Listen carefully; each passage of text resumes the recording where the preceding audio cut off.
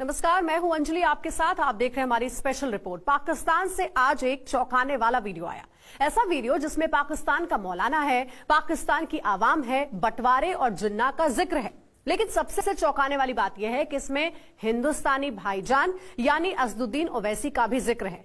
वही ओवैसी जिनकी सियासत का सिरा मजहबी तकरीरों से जुड़ा होता है। आरोप लगते हैं कि ओवैसी अक्सर भड़काने वाले भाषण देते हैं जिन पर विवाद भी होते रहते हैं। लेकिन ओवैसी ने ऐसा क्या कह दिया जिससे पाकिस्तान का एक कट्टरपंथी मौलाना उनका नाम ले रहा है? पाकिस्तान में ओवैसी का जिक्र क्यों हो रहा है? ओवैसी ने क्या कहा था, कब कहा था और क्यों कहा था? जवाब जानना चाहते हैं तो हमारी इस रिपोर्ट को देखिए। या खौफ रहेगा या मुसलमान रहेगा, हम रहेंगे इंशाअल्लाह ताला। डरने की जरूरत नहीं है। और मुझे पूरी उम्मीद है हिंदुस्तान के 25 को गयूर मुसलमानों कि वो इसका साथ नहीं देंगे। हमारी खबर लेते रहिए, कोई बात नहीं। यही वो अंदाज है, ऐसे ही तो अल्फाज जिनकी बदौलत ओवैसी खानदान की सियासत हैदराबाद के हुसैन सागर के किनारों पर बुलंद होती रही है। यही तो होता है अक्सर हिंदुस्तान के मुसलमानों की एकमुश्त ठेकेदारी के मुखालते में रहने वाली ओवैसी खानदान के चश्मो चिराग असदुद्दीन ओवैसी सियासी जलसा जमाते। ये इंसाफ है आपका, ये इंसाफ है आपका कि जो हमको मारेंगे, जो हमको लूटेंगे, जो हमको तबाह करेंगे, उनको इख्तिदार मिलेगा। याद रखो, हम खुदा की वहदानियत को और तौहीद परस्त हैं। इसने इन लोगों को मुत्तहिद कर दिया। क्या अब भी आप मुत्तहिद नहीं होंगे? क्या अब भी तुम मुत्तहिद नहीं होगे? अभी भी तुम खानों में बटे रहोगे। ये इनका, ये इनका, ये इनका। याद रखो, ये सबको एक साथ देख रहे हैं। हमको खानों में बांट दिया गया। अपनी जुबान से निकलने वाले अल्फाजों ओवैसी जब भी कौम के जज्बातों की चाशनी में डुबोते रही, सियासत में मिठास के बजाय कड़वाहट फैलती रही। आप मेरा साथ दो, मैं तुमसे अपील कर रहा हूं कि इंशाअल्लाह ताला इस जबान से, हैदराबादी भाईजान से पूरा हिंदुस्तान वाकिफ है। देश का बच्चा बच्चा जानता है, लेकिन अब देश का दुश्मन मुल्क भी ओवैसी खानदान की सियासी कसक से बखूबी वाकिफ हो चुका है। असदुद्दीन ओवैसी ने इसके जवाब में कहा है कि इंडिया एक नई पार्टीशन के रास्ते के ऊपर चल पड़ा है। अपनी मजहबी तकरीरों से सुर्खियों में रहने वाला ओवैसी इन दिनों सरहद पार के नापाक मुल्क में भी वायरल है। पाकिस्तानियों की जुबान पर ओवैसी का नाम बार बार आ रहा है। हिंदुस्तान में सियासी सुर्खियां बटोरने वाली ओवैसी की तकरीरें पाकिस्तान में भी वायरल है। जवाब जानना जरूरी बनता है, पाकिस्तान में क्यों चर्चा में है असदुद्दीन ओवैसी? पाकिस्तान में ओवैसी का नाम कौन और क्यों ले रहा है? ओवैसी के बारे में पाकिस्तानी क्या कह रहे हैं? इसमें किसी ज़ैद बकर का नाम लिख दिया। सबसे बड़ा सवाल ये कि ओवैसी ने ऐसा क्या किया या क्या कहा जिसकी वजह से पाकिस्तान की आवाम से लेकर हुक्मरान और कट्टरपंथी तक खुश हो रहे हैं। उन्होंने बिल पास। जवाब जानना चाहते हैं तो सबसे पहले पाकिस्तान के कट्टरपंथी मौलाना की बात सुन लीजिए, आपको थोड़ा अंदाजा जरूर हो जाएगा। वो ये हिंदुस्तान के अंदर हिंदुस्तान ने हिंदुओं ने उन्होंने बिल पास किया है। भारी अक्सरियत से लोकसभा से बिल पास हो गया। पता क्या बिल पास हुआ? हिंदुस्तान में आप और मैं गाफिल हैं। उन्होंने हिंदुओं को एक उम्मत तस्लीम कर दिया इस बिल के ऊपर। कहा 1970 से पहले जो मुसलमान हैं वो डॉक्यूमेंट दें हिंदुस्तान के अंदर, फिर उनको शहरियत दी जाएगी, वरना शहरियत ही नहीं दी जाएगी। उनको डिटेंशन कैंपों पे रखा जाएगा, वो अपने कागजात दें। और दूसरी शिक क्या है? हिंदू पाकिस्तान का हो, बांग्लादेश का हो, नेपाल का हो, पूरी दुनिया का जहां का हो, वो हिंदुस्तान में आके सियासी पनाह और शहरियत की दरखास्त देगा, उसको शहरियत मिल जाएगी।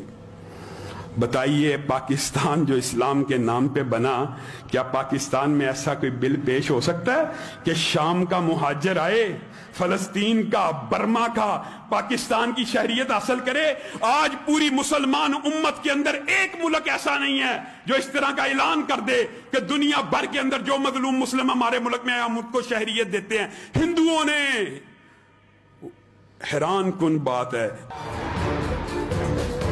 पाकिस्तान में इन दिनों ऐसा ही मातम है।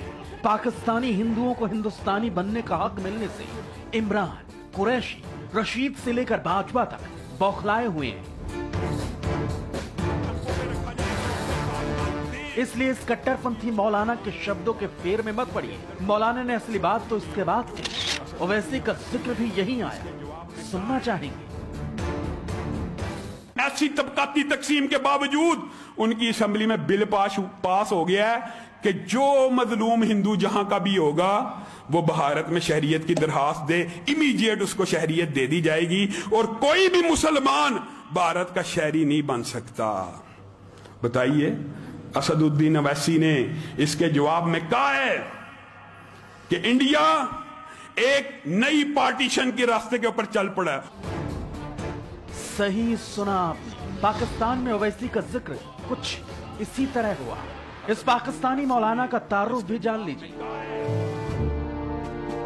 हिशाम इलाही जहीर कहते हैं, और दूसरी शिक क्या है?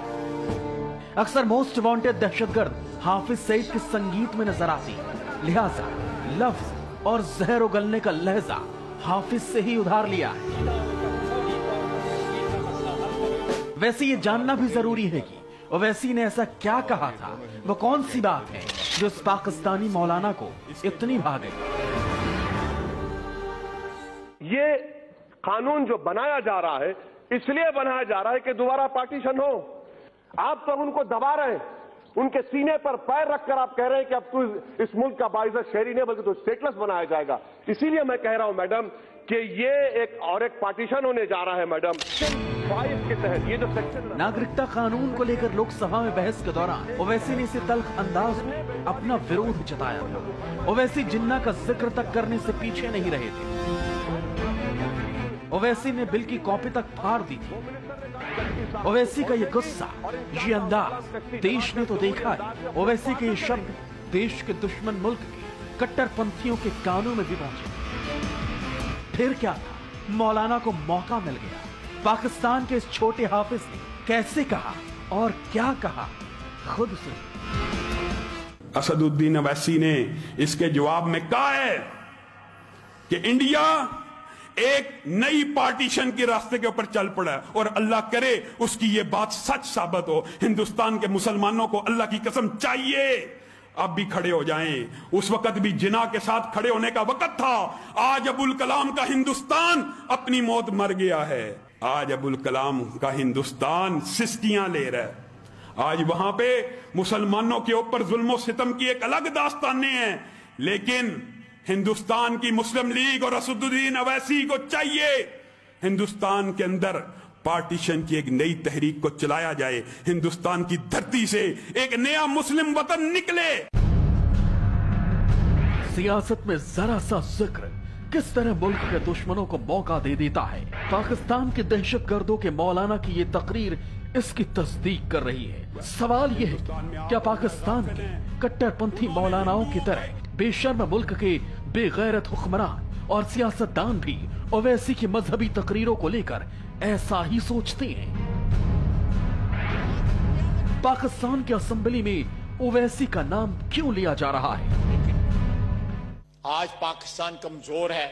मैं ढूंढ रहा था, हो सकता है मेरी नजर में से गुजरेगा, हमने ओआईसी का उसमें जिक्र भी नहीं किया उस रेजोल्यूशन में। हमने ओआईसी का नाम क्यों नहीं लिखा? कौन है हमारे साथ इस वक्त इस्लामिक वर्ल्ड में? हमारे साथ कौन खड़ा है? जरा आसपास नजर दौड़ाएं। पाकिस्तान की नेशनल असेंबली यानी पाकिस्तान की संसद में ओवैसी का जिक्र सुनकर हैरानी हुई होगी आपको, किसी को भी हो सकती है। वैसे पाकिस्तान में ओवैसी के एक और कद्रदान का दीदार भी कर लीजिए। अंदाज जरा हटकर है।